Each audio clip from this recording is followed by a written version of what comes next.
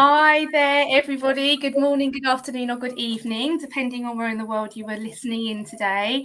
My name is Celine Floyd. I'm one of the directors of the talent practice at Catfinity, and I'm delighted to be hosting our 20th episode of Lee Strong. Steph, I don't know how we've got into the 20s, but a really exciting day. And as always, we have a fantastic couple of guests to join us on a really interesting topic. Today, we're talking about the first 90 days of a leadership role. So some really useful content coming your way. I am joined as ever by the wonderful Stephanie Hopper, my co-host. Hello, Steph. Hi, Celine. Hi, Celine. I'm the other director of the talent practice at Catfinity with a focus on development. Celine's focus is on assessment.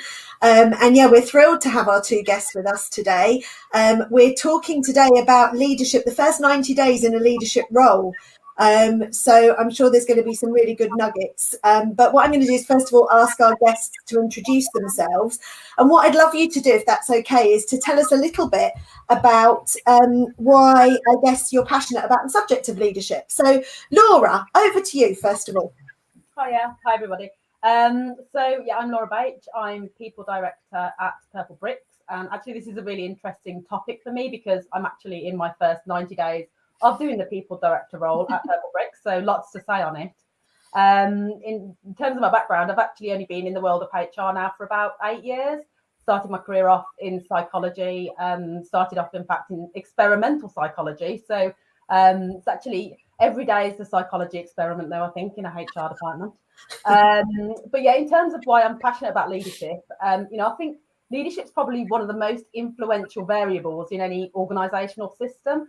Through my studies, when I was doing occupational psychology, I've read so much about it. And then when you actually get to see it in practice, you realise how little it's still understood at times and how little focus and attention individuals get and kind of give it on a day-to-day basis. We go on all these leadership development courses, and then it's how do you actually apply that and do it in a really intentful way. So it's something we talk a lot about at Purplebricks, and I guess it's just understanding how to yield the real power of leadership in a really intentful way is something that I think could unlock a lot of things for organisations and their people.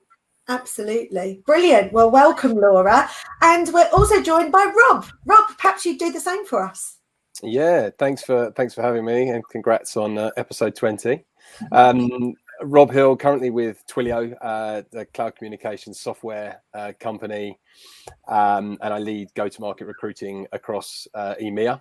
Been with the business 3 years now. Incredible growth. We've grown from 50 people in that business to 400 right now. So, to sustain that, we've had to be really focused on hiring a great bench of leadership to get us to that point. And particularly the last couple of years has been obviously interesting. So looking forward to diving in. For me, I think the passion from leadership goes all the way back to school, actually, and being made captain of my sports teams back then, and just that feeling of a group of people charging towards kind of an aligned goal was just wonderful, and I've kind of enjoyed and seen that as I've progressed into the corporate world. And I think kind of always learning, there's always new challenges to adapt to and new problems to solve and new ways of looking at things. So it's a complex topic, as Laura said, and I don't think anyone's quite nailed it yet. As I say, we're always on that learning journey. So looking forward to diving into this one. Thank you, Rob. And I love, I know that we often reel out the kind of sporting analogies, but when you described it, it was a reminder of how simple really leadership is. It is this, everyone, as you say, charging towards a common goal. And I often think, Steph, of the episode we ran around the NHS and, the leaders there telling us that when they were leading in the crisis of COVID, leadership was the easiest that it had ever been because, you were in crisis and it had been diluted down to that very simple leadership task of charging everyone, through this crisis. So, thank you for that. Lovely to have you. And Laura, thank you for joining us. So, as Steph said at the beginning, what we're looking at here is this first 90 days. And of course, we think about the research that Michael Watkins, published and is renowned for, which was all around the first 90 days in for a leader in role. And what he found is what we would expect, that actually those who are, indicating success, or kind of, are successful in those 90 days, are much more likely to go on to be successful leaders later on, which makes sense. But actually, if you think about it, 90 days isn't very long. So it's kind of interesting that you can see that quickly, the impact that someone could have, later. And I don't think we can do a Lead Strong without referencing the pandemic. I mean, I don't think we can talk about anything at the moment without referencing the pandemic. But if you think about the pandemic and the impact that's had, and how fast-paced we have had to be, and how we've had to react to things, and of course the hybrid nature of how we're working. And Laura, before we went live, you were referencing how the world has opened up for so many people, and industries have opened up, and the talent has opened up. So we're in a very different world than we were 2 years ago. And I guess the first question that we have for you that's of interest is the impact that the pandemic has had then on how you onboard leaders to your organizations, and assuming that pandemic for most means some kind of hybrid working. And if we acknowledge how important that 90 days is, how has that changed what you guys do in your organisation, and what's the impact been? So perhaps, Rob, I can come to you first, please, to give us your take on that question. Yeah, sure. I think that to the first part, I think the old model, or the old focus, was really more focused on how quickly can we get these people in, right? How quickly can we ramp them? How quickly do they hit the ground running? A real emphasis on like performance and outcomes and solving goals. I think the new model, whilst we have a lot of work to do around business goals, the focus is much more now on actually the integration of the individual, ensuring that relationships and trust are built first and foremost. Not that we weren't doing that, but I think we're really leaning into that as a priority. So I guess giving people more time to acclimate, to understand the business, to understand the people on a more intimate level, and I think from there enabling them to drive a deeper connection when they come in. And why has that been important? Why have you been leaning into that, Rob, organisationally? Yeah, I think we've just found, obviously, with the remote nature of things, like leaders have got less access to people face to face, less levers to pull in that way. So being able to have them meet people and go deeper around org design, deeper around the digital tools that we use, why we use them, how we use them, almost kind of prescriptively walking through that with people, as being critical to give them a picture of the business and the people that they're just not going to get face to face, right? Not sitting in a meeting, not sitting in an all hands, not sitting in a one-to-one meeting. So we felt we needed to go deeper there. Yeah, no, that makes sense, and great that, as you said, you've done that very explicitly in terms of leaning into that side. Laura, how about you guys over at Purplebricks? What's the impact been over there? Yeah, I mean, I think to echo Rob's point around relationships, I think one of the things that's changed through the pandemic is that the focus isn't on anymore about going to work, which was always the emphasis, wasn't it? It was getting people into the office, and then it was automatically assumed then that the magic would happen, and that people would be automatically integrated. To use that word, I know that, Rob, you mentioned integration as well, whereas I think there are actually loads of benefits to onboarding people virtually, if I'm honest with you, because I think now you have to be so much more thoughtful and planful and intentful when you're bringing somebody new into the business, be they a leader or anybody else. You can't just bring them in and then do a quick run round of the office and they hop by people's desks for a 5-minute intro, which is something that I think we previously, that was almost the set model that people followed. Now before you bring somebody on, you have to as the person line managing that individual, and let's face it, we've always got somebody who's responsible for our initial onboarding experience. That person actually, certainly in Purplebricks, we stakeholder map before the leader joins. So you have to think about who actually are the critical people that this individual needs to build relationships with, A, to do their role, B, to get under the skin of the business and help them to see, where they can add value. And, I guess then you've also got the benefit of, and certainly I know when leaders have joined our business, the first couple of weeks are exhausting because it's almost back-to-back team calls with introductions to people. But that time is so quality. It's not, let's go grab a coffee for 5 minutes. Hi, I'm, so-and-so, and this is my role. It's much more, I guess, in depth because it's more intensive, isn't it? I mean, you are literally staring an individual in the face on the screen for a, prolonged period of time.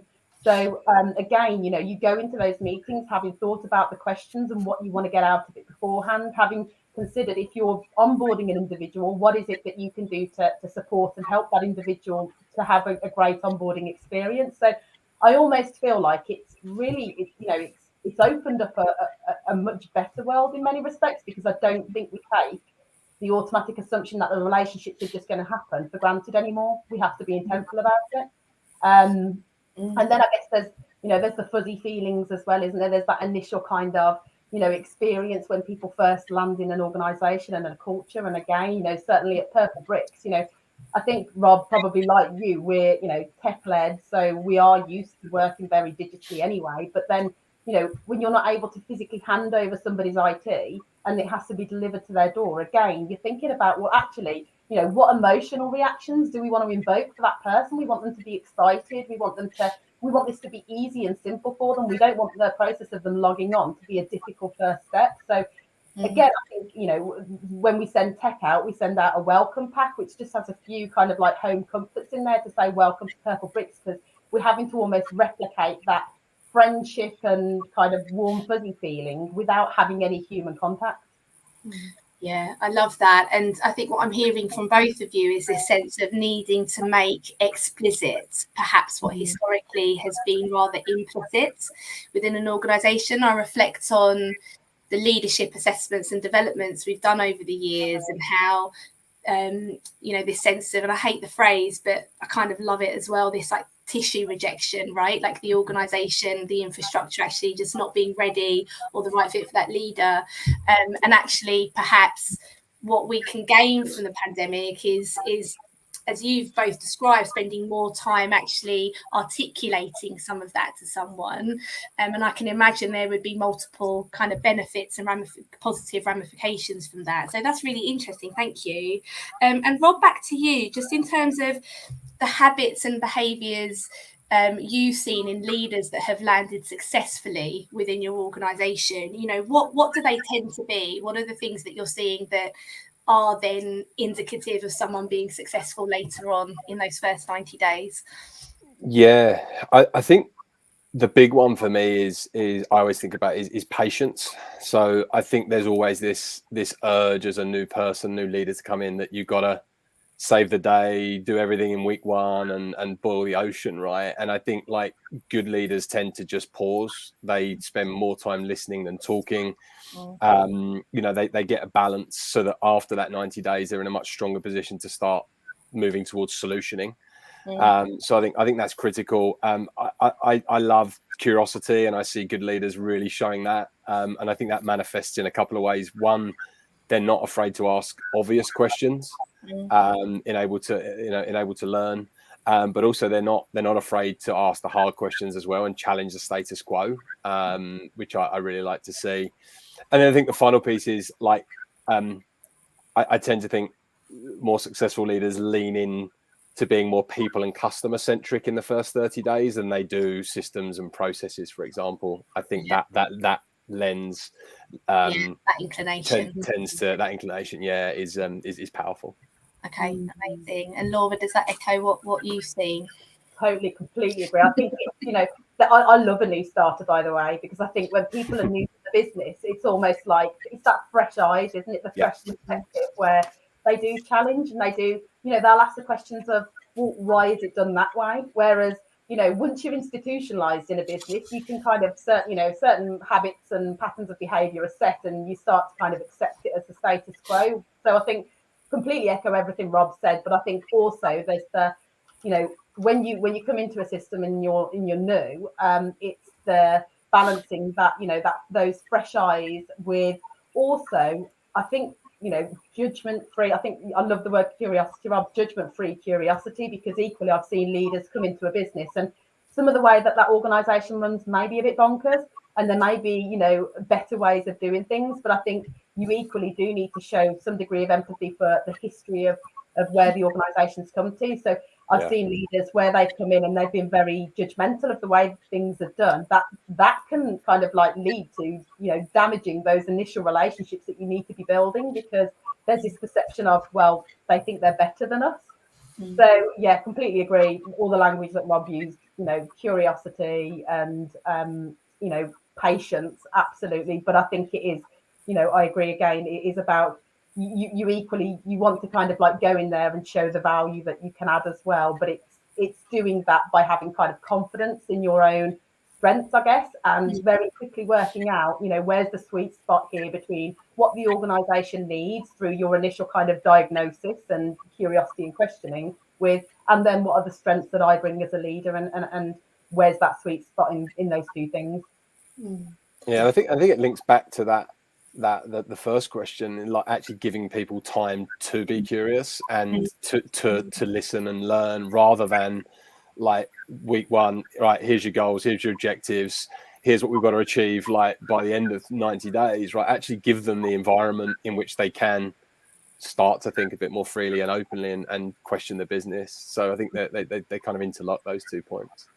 Really powerful, isn't it? Yeah, I was thinking about that, listening and noticing, as you said, Laura, the power of the new glasses that comes in. It's like someone, when they say stuff to you, and you think, oh wow, hadn't seen it like that. Because as you said, we do all get so used to things. I've been reflecting on what you're both saying, and we've been, Laura, I know we interviewed you for our white paper on the Great Realignment, and what I was thinking about was one of the themes I heard from a lot of organisations was that years ago, most people joined an organisation and stayed for a certain length of time. And one particular HR director said to me their average tenure was 10 years. And that has now dropped to 5 years, and they're anticipating it dropping to 3 years quite soon. And that changes the onboarding, doesn't it, of a leader or an employee, because actually we want to maximise that value really quickly from that person. I mean, I think she said something like, jokingly, we need to bleed them, quickly. We haven't got all this time. But actually the way we're doing that is through the relationships and getting to know the person, is what I'm hearing from both of you. So just in terms of, I guess, changes in leadership, which we would have all witnessed during our career, I suspect, whether it's over the last couple of years or previously, I guess the stress isn't just felt by the person who moves into a new leadership role. We know that people underneath can also feel anxiety, and their stress levels will go up when a new manager or leader comes into the business. And I guess it's important always, isn't it, for all of us to be aware of the ripple effect that we can have on other people when a new leader kind of comes in, and make sure that impact is kind of managed. So I'm just wondering, how can we best manage the impact of a new leader joining on the rest of the team? And have you got any examples, I guess, of initiatives that you've seen work well? Let me come to Laura first of all this time. Yeah, I think, Rob said it in his previous answer. I think kind of focusing on the team to start off with. I think, ultimately, if the leader, invests in that, creating that followship, because they've got this really solid relationships, then, that's better for the leader, it's better for the organisations, and it's better for the individuals as well if they want to work for that leader. But I do think, we haven't commented on yet around the process before they even join the organisation. And, that's really important, making sure that the decision, at the end of the day, it's a two-way relationship, isn't it? Making sure the decision's right, not only for the organisation, but also for the individual. So, some of the things that we actually do is when we're recruiting leaders, we get them to meet some of the critical stakeholders, of that particular role. And that will, generally include direct line reports as well. So that, and there's benefits on both sides of that. Firstly, you've got a really rounded view on how is this individual going to land, how are they going to be perceived by, people they've got to work closely with, who's got to work for them, who they've got to work for. But also, you've already started to build those relationships before they're there. So that's the first thing. But I mean, certainly when we bring a new leader on board again, it's really intentful. So we've had a couple of new individuals join the organisation recently, and we've done a comms plan for them. We've actually thought about yes, there's a critical stakeholders they have to have one-to-one relationships with, but as a leader, your impact is so much more broader than that, and you can't meet everybody. So how do you get how do you introduce that person as a person? Not just this is Joe Bloggs, head of such and such, and this is their CV, which everybody can see on LinkedIn if they Google them. It's more around how do you actually get to know them as a person, because we've all got to want to work for the people that we're working for, and that does involve that human to human connection as well in the relationship. So that's something that we certainly focus a lot on. And then I guess it's the relationship with the team, making sure that they're the right cultural fit before they've even joined, because they're right for the organisation and the organisation's right for them.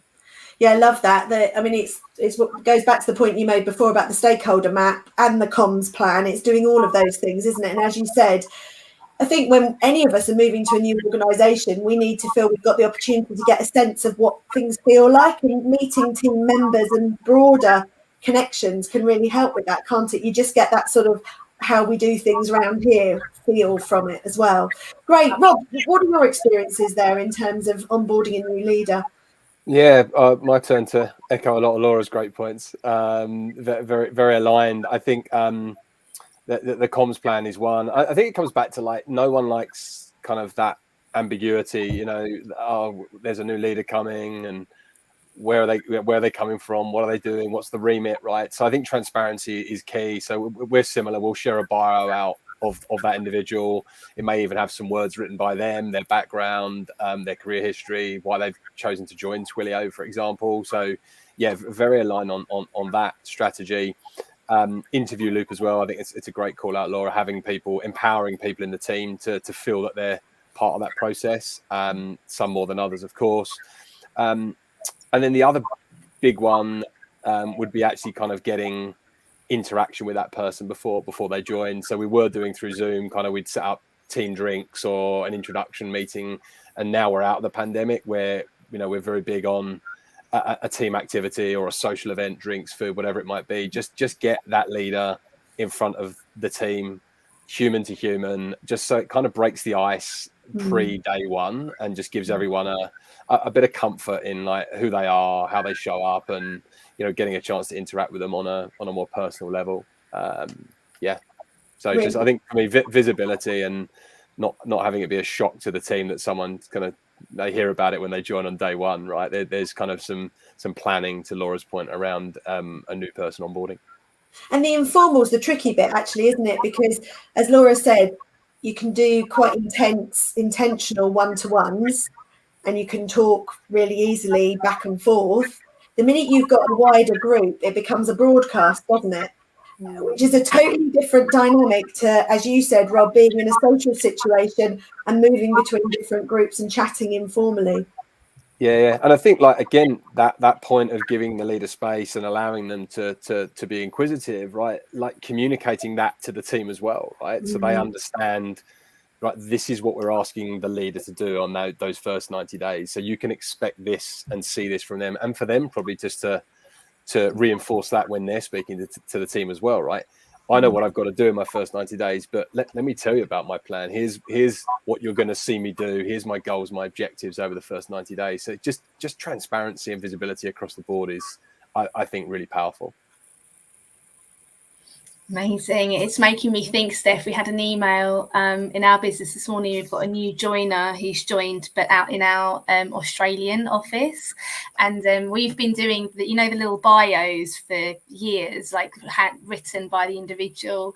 And this new joiner, he lives just off of Bondi Beach, doesn't he, Steph? And they're the ones you're like, oh, it's Bondi Beach surfing. You're like, Rainy UK. I'm so happy to have learned that about you. That you're. Yeah.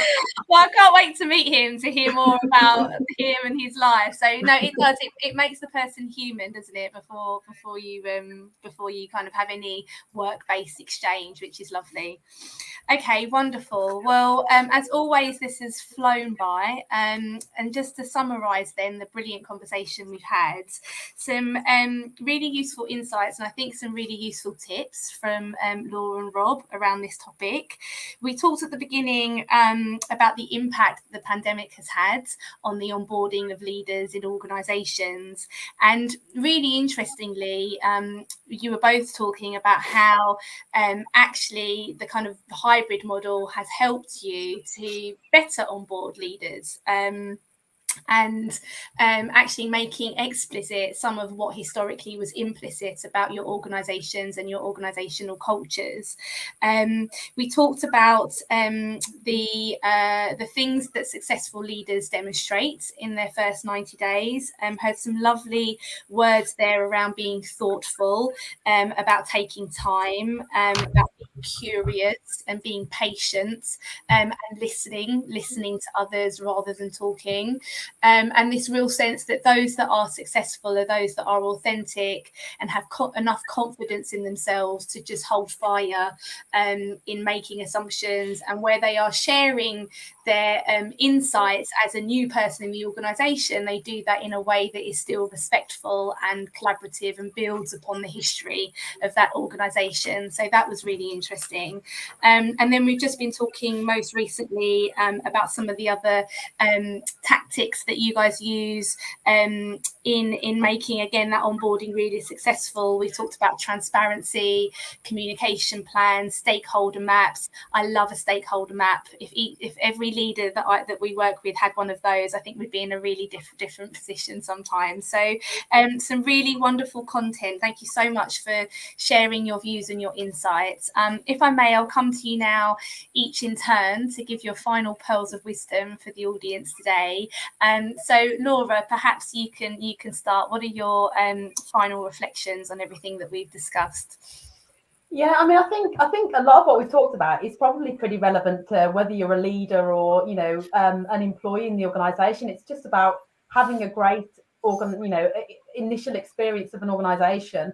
But I guess, where you are onboarding a leader, it is about really understanding the scope of their impact and making sure that from day one, the relationships that they build are really positive and give them a good flavour of an organisational culture, which is so less tangible now that we're all so remote. So using that, using the stakeholder map, being intentful about your communications plan, all of that stuff really, really makes a difference, I think. Thank you, Laura. Wonderful. And Rob?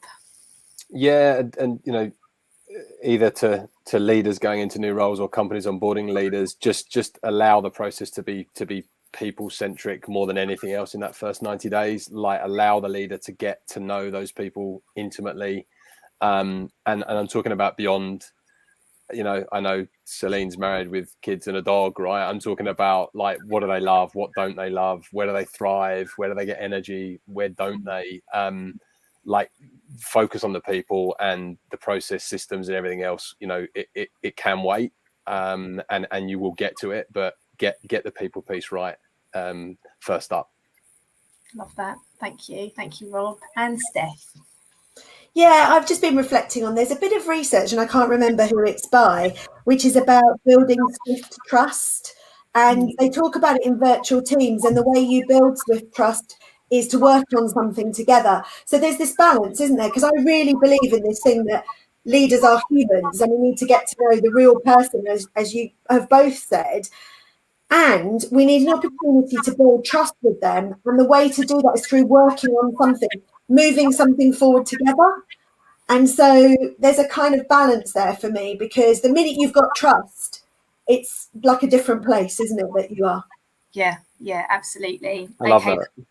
Wonderful. Thank you. Thank you so much to all of you for your time, and to everyone who has listened.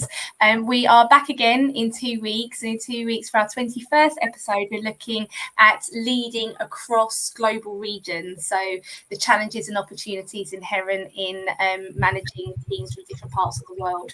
So bound to be another interesting conversation. But for now, thank you to our wonderful guest speakers, to Steph, my co-host, and as I say, to everyone who's listened. Thank you. Enjoy the rest of your day and the rest of your week. Bye-bye.